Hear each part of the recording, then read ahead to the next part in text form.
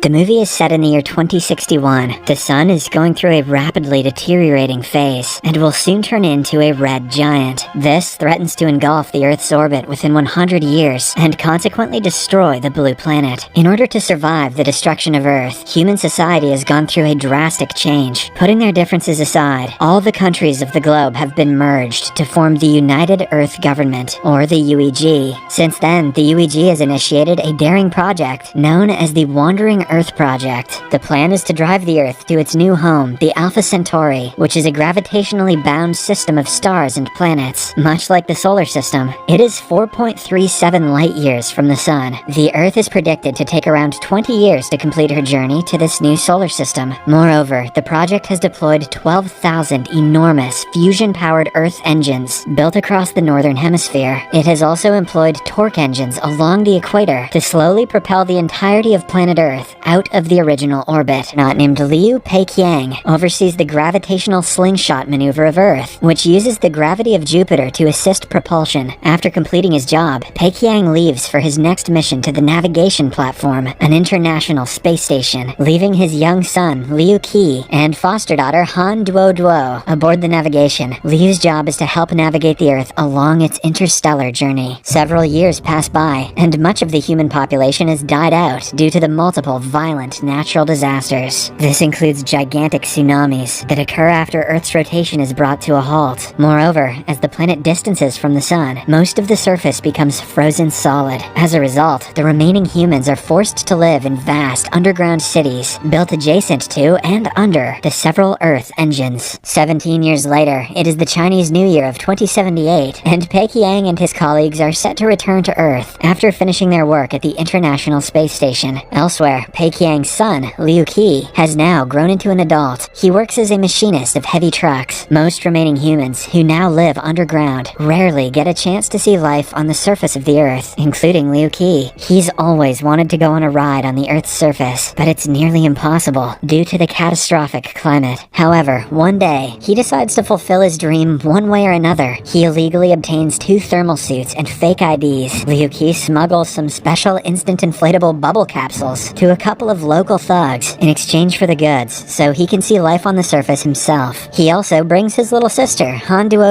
along for helping him steal a truck's key and clearance pass of their grandpa, Han Jiang. It turns out Jiang works as a driver for the Wandering Earth Project. Later, when Liu Qi and his sister reach the surface, they are awed by the huge structure called Earth Engine, which is only one of the 12,000 scattered across the Earth. They then illegally requisition Han Jiang's heavy transport vehicle and drive around. At first, Liu Qi, being a novice driver, drives very clumsily and almost causes an accident, but soon he gets the hang of it and drives with confidence. However, the brother-sister duo are soon stopped at a nearby checkpoint and thrown into jail. Their grandpa Han Jiang learns about the development and arrives to rescue them. He tries to bribe the jail warden to free his grandchildren, but ends up getting thrown into the same cell as them. Meanwhile, on board the space station, Peiqiang is getting ready to return to Earth. It is his final shift, and it's exactly the same day the Earth is supposed to glide past Jupiter and accelerate to achieve the necessary speed of flying out of the solar system. However, things don't go as planned, and as Earth approaches Jupiter to make use of a gravity assist, unexpectedly, Jupiter's gravity becomes irregular. The spike in tidal force causes devastating earthquakes on Earth, which disables many Earth engines across the globe. As a result of this, the underground cities are crushed, while others are drowned by lava, killing hundreds in the process. To make matters worse, Jupiter starts exerting tremendous levels of gravitational force on Earth. This means that the two planets will collide very soon. Amidst the chaos, Liu Qi, his sister, and Han Jiang manage to escape the prison with a fellow inmate named Tim. Tim's name is by far the easiest to say so far. After getting out, Jiang finds his heavy truck, takes his grandchildren and Tim in, and starts driving like a pro. He avoids large buildings, rocks, and other structures on the way. Jiang's plan is to take everyone to another underground city. Elsewhere, as the navigation platform is on its way to Earth, its main computer AI, the Moss, warns everyone that the space station will soon go into low energy mode. Hence, all of them should go into hibernation. However, Peiqiang, who is adamant on meeting his family, requests for some time and calls his father, Han Jiang. On the call, he learns about their imprisonment and the subsequent earthquakes. He also finds out that his family is in a truck, so he directs them to the nearest bunker. After that, he goes to his quarters and prepares to hibernate. On the other hand, Han Jiang's truck is intercepted by a rescue team of elite Chinese soldiers who are on an emergency mission led by Captain Wang Lei. They demand the truck to transport a precious cargo called lighter core, which can allegedly be used to ignite the Earth engines. They want to use the lighter core to restart the O1 Earth engine in Hangzhou. As expected, Han Jiang is not happy about the order, but he is forced to oblige. Soon, Pei Qiang learns about the new development and requests Wang Lei let his family go into a bunker. However, the latter replies that he can only let them go after Han Jiang helps them complete their mission. Left with no choice, Han Jiang drives them to Shanghai, where a huge tremor has torn open a long gap, showing the old city covered by ice. As the truck goes into the gap, Han Jiang tells stories about his memories in the city. A flashback shows thousands of people frozen solid in the ice, and it's revealed that Liu Qi's sister was among the few survivors, and she was adopted by Han Jiang. As the old man continues narrating the story, suddenly, a second tremor hits, and cliffs on both sides of the gap start collapsing. Everyone abandons their vehicles and rushes to the tallest building of Shanghai. Sadly, the devastation has only just begun for the group. As they climb through the building, everything starts moving violently. They try getting to a safe location with the lighter core, but things do not go as planned. Because of the heavy tremors, the team loses a soldier, whereas Han Jiang is isolated on a separate floor. When the old man realizes that his oxygen is running out, he opens his helmet and freezes himself to death. In the next scene, Liu Qi confronts Wang Lei and blames him for his grandfather's death. In a fit of rage, he also attacks the captain, but gets easily overpowered. After the scuffle, Liu Qi declares that he will no longer be a part of the mission. Left with no choice, the elite team carries the lighter core themselves and marches towards the Earth engine in Hangzhou, while Liu Qi, his sister, and Tim start heading back home.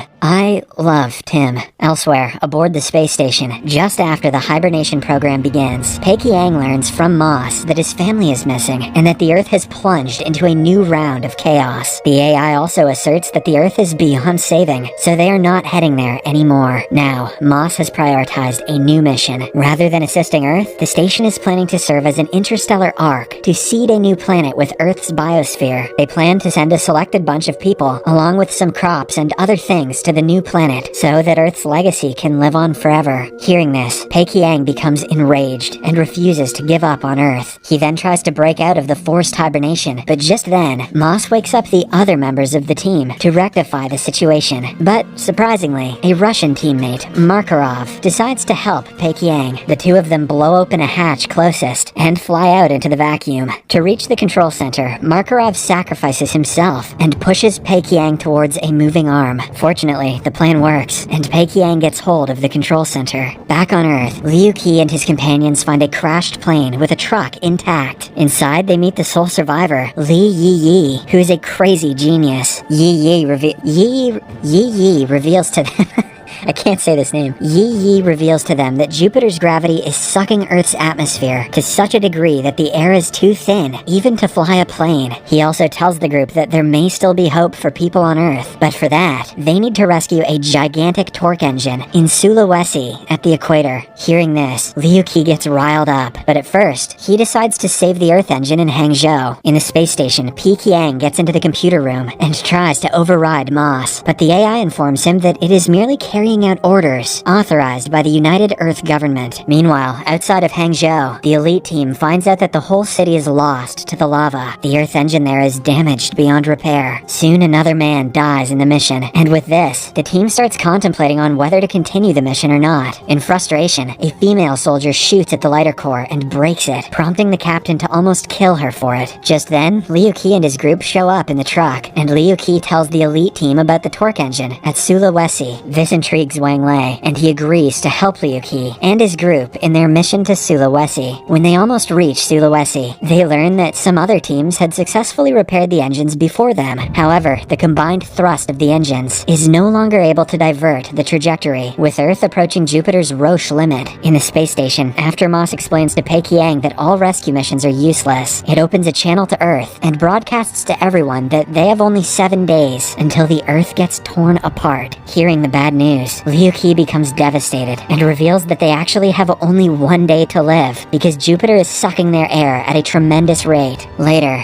as a heartbroken Liu Qi is staring at the massive planet, an idea suddenly strikes his mind. Since Jupiter is composed of 90% hydrogen and it has been sucking a lot of oxygen from Earth lately, a tiny spark can ignite the entire planet. With the impact from the ignition, Earth can be blown away to a safe distance. Liu Qi immediately shares his plan with the genius, Yi Yi, and surprisingly, the latter likes it. Soon, they hack the Sulawesi engine and concentrate its power to fire a plasma beam tall enough to ignite Jupiter. The group overcomes various challenges and are able to reconfigure the engine to carry out the plan, but are unable to push the firing pin of the engine to ignite it. Left with no options, the captain, Wang Lei, calls the nearby rescue workers to help. I thought he was going to sacrifice himself. But everyone ignores him. That's deserved. Just then, Liu Qi's sister, Han Duo Duo, realizes that she can make an emergency call to the space station and ask for her father's help. She contacts Pei Qiang and briefs him about the plan, but Moss reveals that some Israeli scientists already had this idea, and the chance of success